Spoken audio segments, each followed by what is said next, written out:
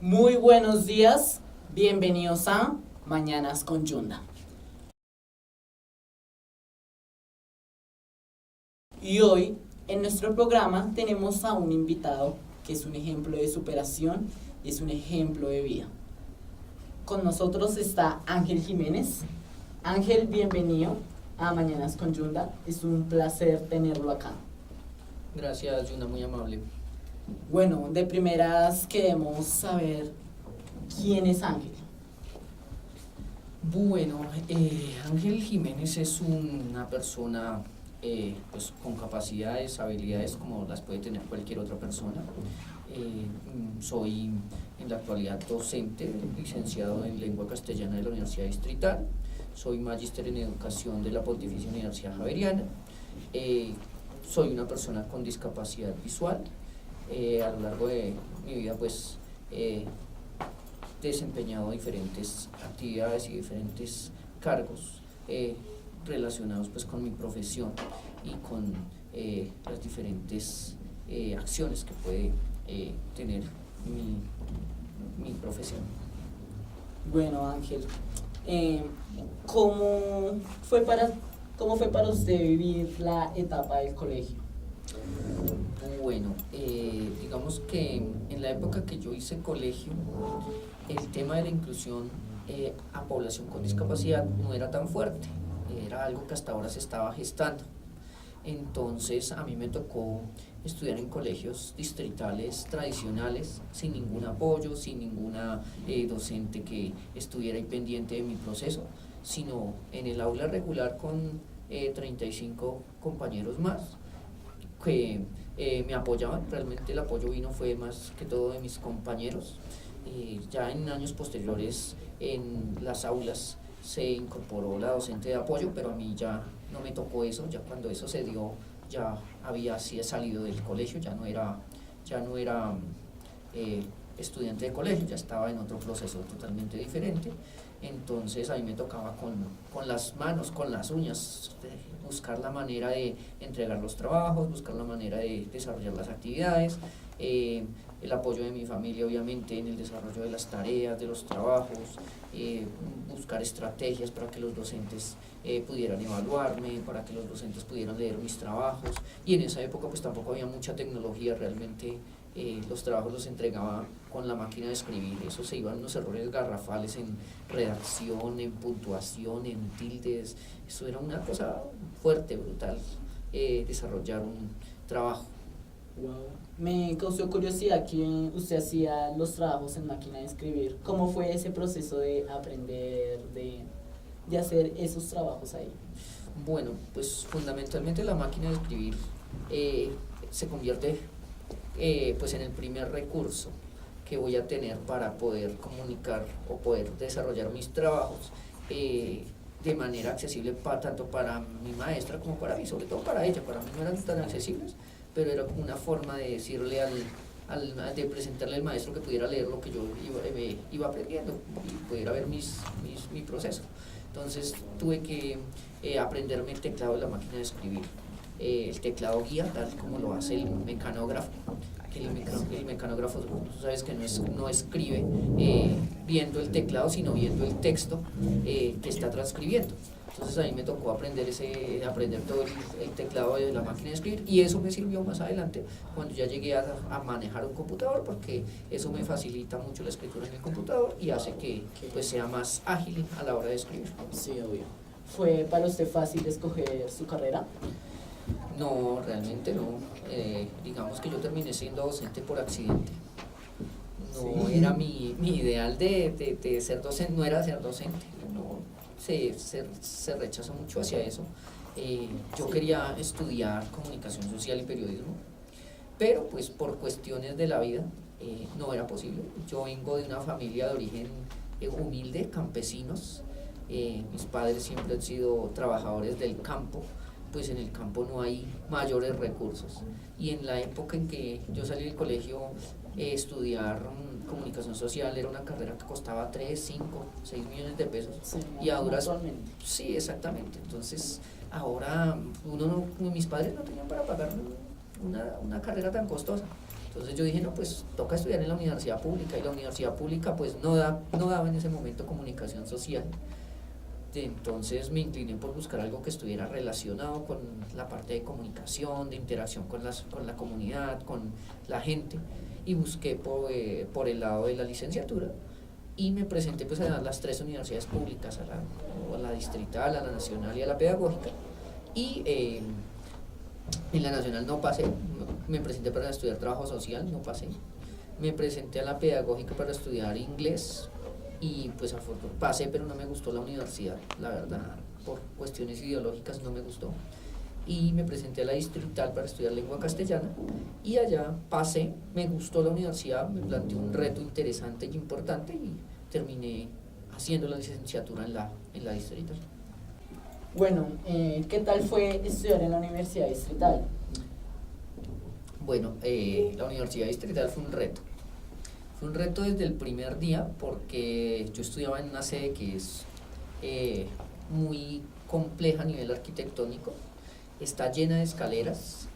Ahorita la han renovado bastante, le pusieron ascensores, no sé cómo le pusieron ascensores a ese edificio que está incrustado en una roca, pero pues le pusieron ascensores, la modernizaron, pero en la época en que yo estudiaba eran solo escaleras, y desde el primer piso, desde que uno entraba a la universidad, tocaba empezar a subir escaleras para llegar al salón. Entonces el reto de llegar al salón por tantas escaleras, porque tiene muchas escaleras, por todos lados salen escaleras, tenía 5 entradas, y pues a las 5 entradas se llegaba a través de escaleras. Entonces yo siempre manejé la filosofía de que todas las escaleras conducen al mismo sitio, y efectivamente todas las escaleras te llevan a ti al mismo sitio, pero si tú tomabas la escalera equivocada, te perdías. Si uno tomaba el camino una escalera que no era, terminaba perdido, y volverse a encontrar era un complique, porque incluso las personas videntes se perdían allá. Tenía compañeras que iban para la biblioteca y se demoraban media hora en llegar, y era porque se les extraviaba la escalera que los llevaba a la biblioteca. Entonces ese fue el primer reto, aprenderme a mover en la universidad. Sí, uno se tenía que saber, mejor dicho, todos los caminos. ¿Cómo eran los compañeros allá? Bueno, tuve la fortuna de contar con compañeros muy amables, gente que apoyaba mucho el proceso. Desde el primer día de clase pues articulé un muy buen grupo de trabajo, entonces ellos me apoyaban. Obviamente yo siempre me he destacado por buscar la autonomía. Entonces, desde el comienzo ellos se dieron cuenta que aunque yo tenía una discapacidad, yo buscaba siempre ser autónomo, no que me llevaran y me trajeran y me hicieran y me pusieran, no, sino que todo el tiempo ellos no tenían que estar pendientes de mí, sino que yo era un compañero más, y que trabajábamos a la par, que yo también podía brindarle a ellos pues mis conocimientos, y podía aprender igual que aprendían ellos. Entonces eso favoreció mucho el proceso, porque fue un trabajo muy recíproco del grupo con el que empecé a estudiar la licenciatura. Sí, claro, usted no se quería ver, en pocas palabras, como una carga, sino como un compañero, como romper ese estereotipo de las personas que tienen esa discapacidad visual. Totalmente, porque es que mucha gente ve o visibiliza a la persona con discapacidad como que es una carga que toca llevarlo, traerlo y hacerle, porque no es capaz de ir, no es capaz de moverse, no es capaz de hacerlo. Entonces siempre esa ha sido mi idea, de demostrar que eso es una falacia, que realmente uno tiene sus capacidades, tiene sus habilidades, que no hace las cosas igual que las hace el otro, sí, es una verdad, que uno no hace las cosas a la misma velocidad que lo hace el otro, es una verdad, pero eso no implica que uno no las pueda hacer, que uno no pueda cumplir con la misma tarea que hace el otro, con el mismo resultado, con el mismo producto que va a entregar el otro. ¿Usted ha sufrido en su vida algún caso de discriminación por tener esa discapacidad visual? Sí, bastantes casos en la universidad, en el colegio, en los trabajos se presentan. He tenido muchos casos. En la universidad hubo una profesora que me dijo que ella no me enseñaba porque yo era ciego. En el trabajo, estaba una vez en un trabajo que tuve antes de ser docente, estaba en un grupo de trabajo, y un tipo llegó y me dijo: usted no opine porque es que usted no ve, usted no puede opinar porque usted es ciego. Entonces eso también fue fuerte, son cosas que suenan y afectan, aparentemente pareciera que no, pero son cosas que van afectando.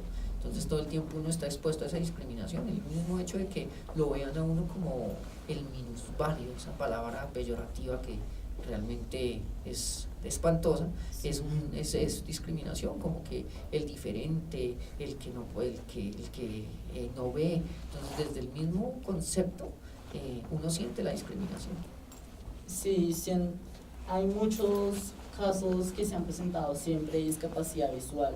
¿Usted qué piensa acerca de eso? De ¿por qué pasa mucho eso? ¿Por qué hay mucha discriminación por parte en esos ámbitos?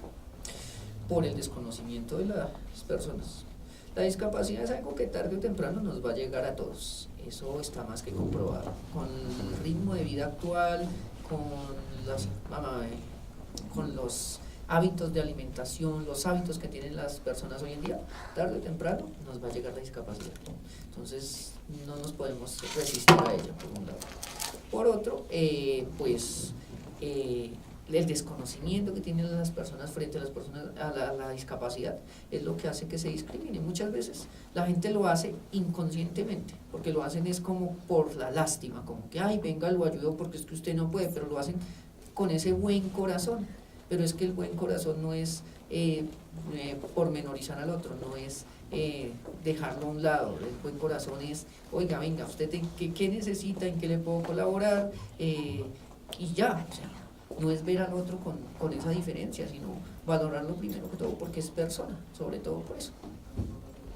Ángel, ya para finalizar, ¿qué mensaje usted le gustaría dejar acerca que las personas cambien como ese estereotipo de tener discapacidad visual, de que no lo vean como una carga, sino lo vean más como algo que es algo normal en la sociedad? ¿Qué mensaje usted le gustaría dejar a todas esas personas?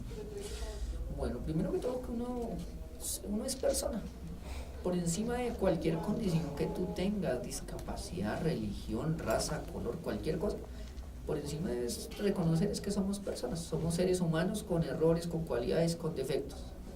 En segundo lugar, que a pesar de que se tenga una discapacidad, eso no nos hace ni menos que el otro, ni diferentes al otro, que obviamente uno requiere ciertas condiciones, ciertas particularidades, sí, es verdad, pero no por eso nos tienen que mirar o como el ser supremo, así muy visión clásica, porque eso es lo que se evidencia a través de la historia. Por allá en alguna época la persona con discapacidad era un ser extraordinario, y eso es un ideal que aún se mantiene aquí, que Esos estereotipos sí, son exacto, cosas que creo que adjudican mucho a una sociedad. exactamente. Entonces ese imaginario hay que irlo derrumbando y hay que decir, no, somos personas como cualquier otra, que hacemos las cosas de otra manera, sí, pero las hacemos, que tenemos unas habilidades y tenemos unas capacidades como cualquier otro las puede tener, que nos toca aprender a usar los sentidos que no usa el otro para poder suplir el que nos hace falta, también es verdad. Y por eso llegamos y podemos hacer las cosas, porque suplimos el sentido que nos hace falta, pero no somos ni diferentes, ni somos más, ni somos menos. Somos como cualquier ser humano, tenemos errores, tenemos cualidades, tenemos necesidades, pero en términos generales es vernos como eso, como personas. Muchas gracias, Ángel, por venir a hablarnos acerca de un tema que es tabú en la sociedad y se debe acabar con ese tabú, que es la discapacidad visual. Mil gracias por venir y contarnos acerca de su historia, ya que usted es un ejemplo de vida y es un ejemplo de superación y cómo hacer las cosas. Muchísimas gracias, Ángel. Es todo por hoy. Gracias por ver Mañanas Yunda. Muchas gracias, Yunda, por tu invitación. Gracias. Esto ha sido todo por hoy.